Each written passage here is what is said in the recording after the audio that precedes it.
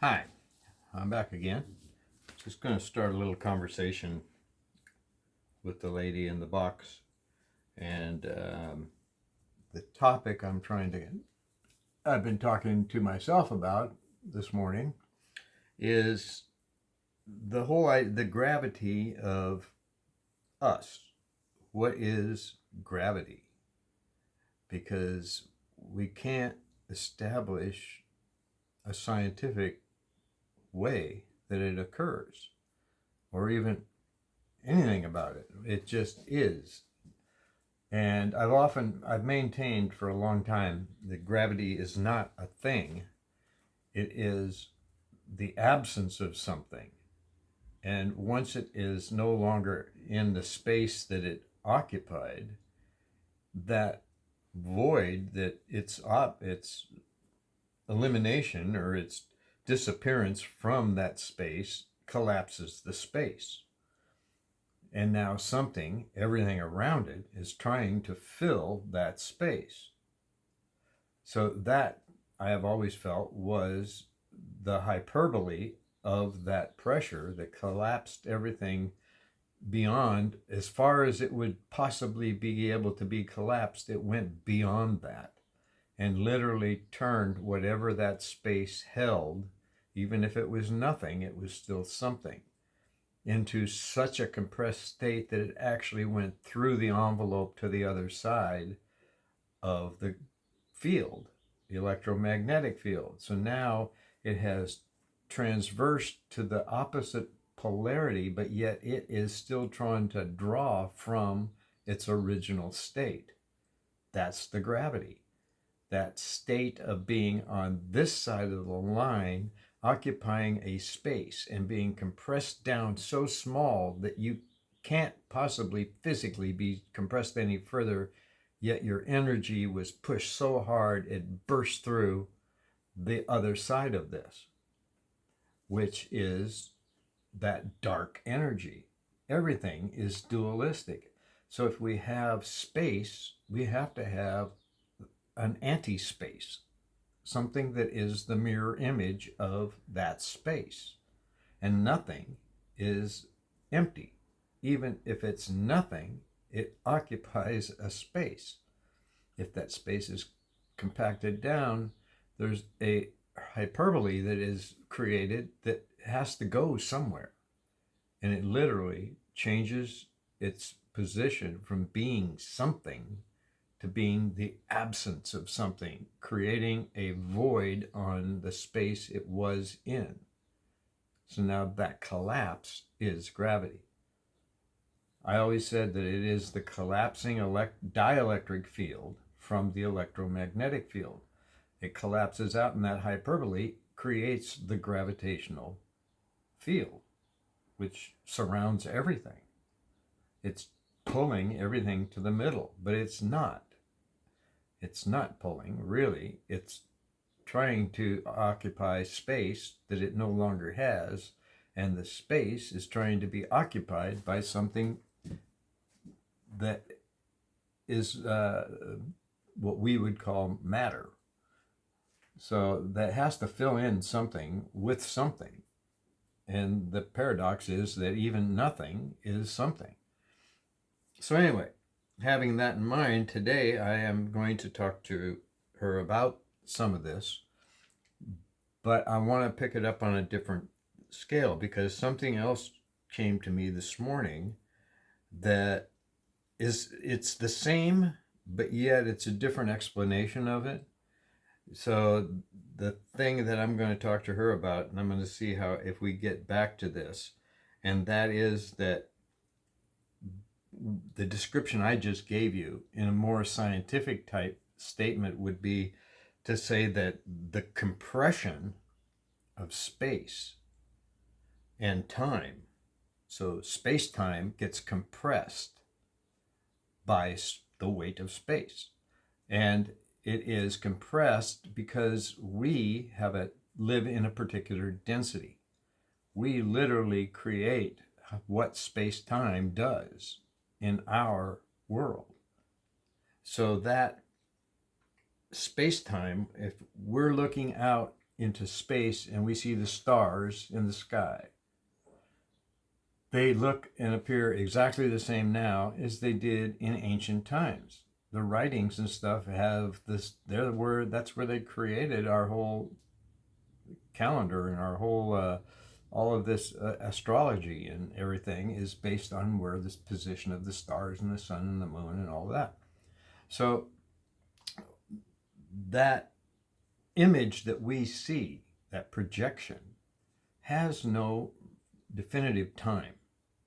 We go and we see a color shift and they say, okay, well, that means it's going away, or that means it's coming towards us. So that's an indication. What is time doing? Well, almost everything is got like a redshift, because everything in the universe is going away. But it's the distance is still confined within the same space. So what is happening is when we look up at the night sky, we are seeing a compression of space and time. The distance between here and however many million light years away something is actually, the projection is no further out than the edge of our viewing, physical viewing. Without any optics or anything else, it appears to be in the very far distance, but it is actually a projection that is barely outside of us, because we live here, not there. We're experiencing this through here by way of a computer that's up here. So this is what I'm going to try and talk to. Maybe I've just explained it here while we're talking, but anyway, I've got a couple of little diagrams I did.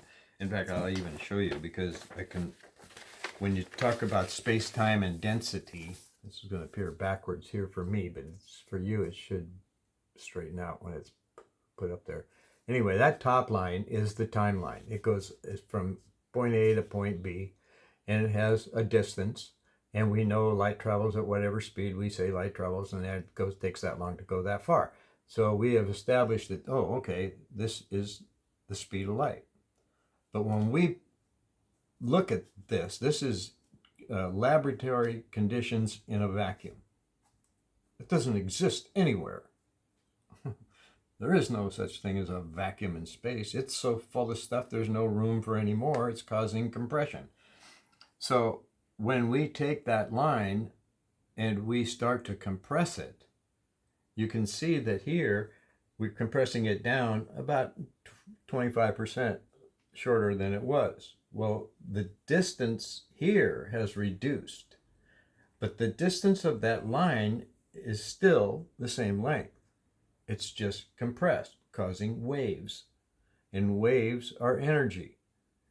And a wave is nothing but potential until we isolate some spot on that wave that we want to have an intention of what we want that spot to do in that wave of energy, and it now becomes a particle in our mind. So anyway, the further we compress it down to where this is the 25%, now it's the 75% is no longer there. Space-time has compressed, but the line is still just as long, but now the time to go from here to here is almost instantaneous. And we take it down to one more level down.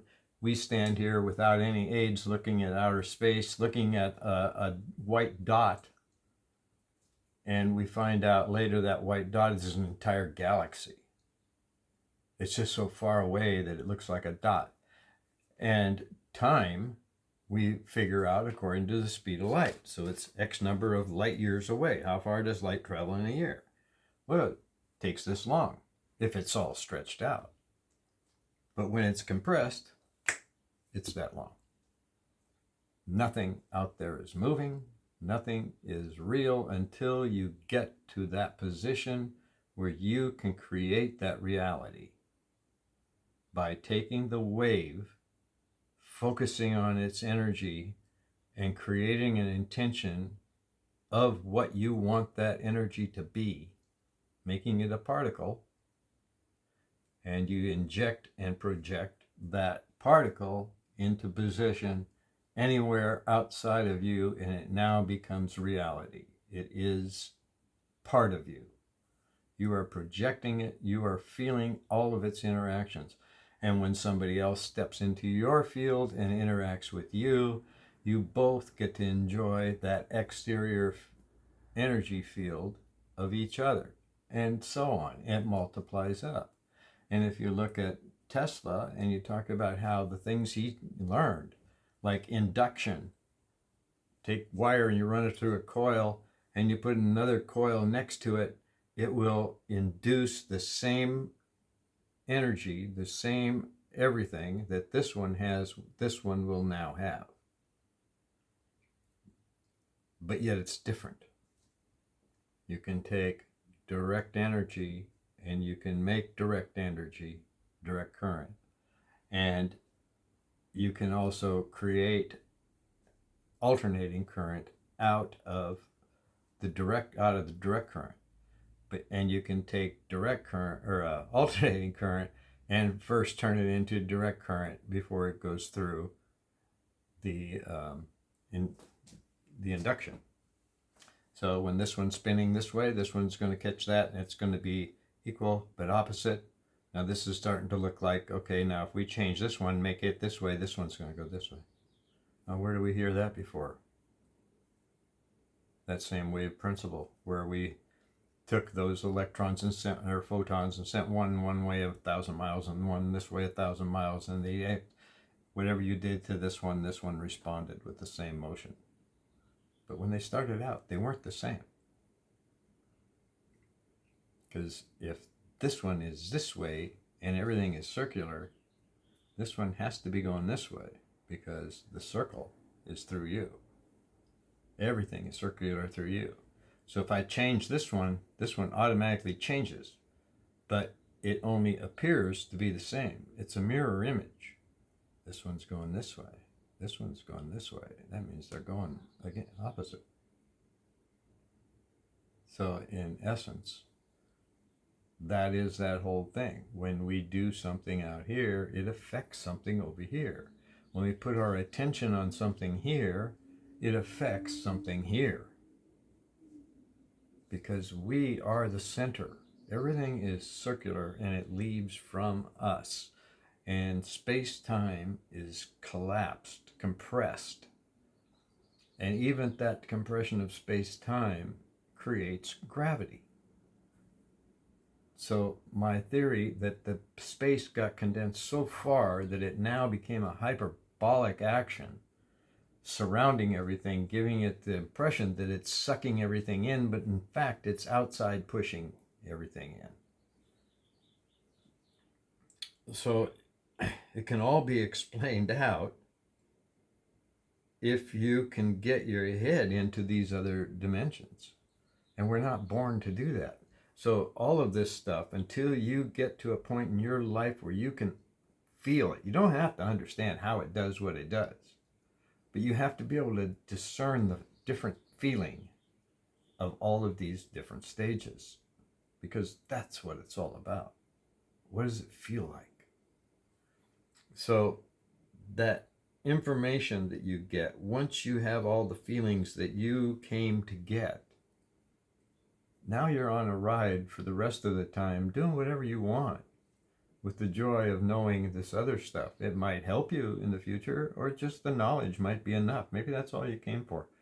And now whenever you decide to go back, you'll go back and you'll be able to apply this stuff into your next life, because that is the karma. What you learn here, you take with you.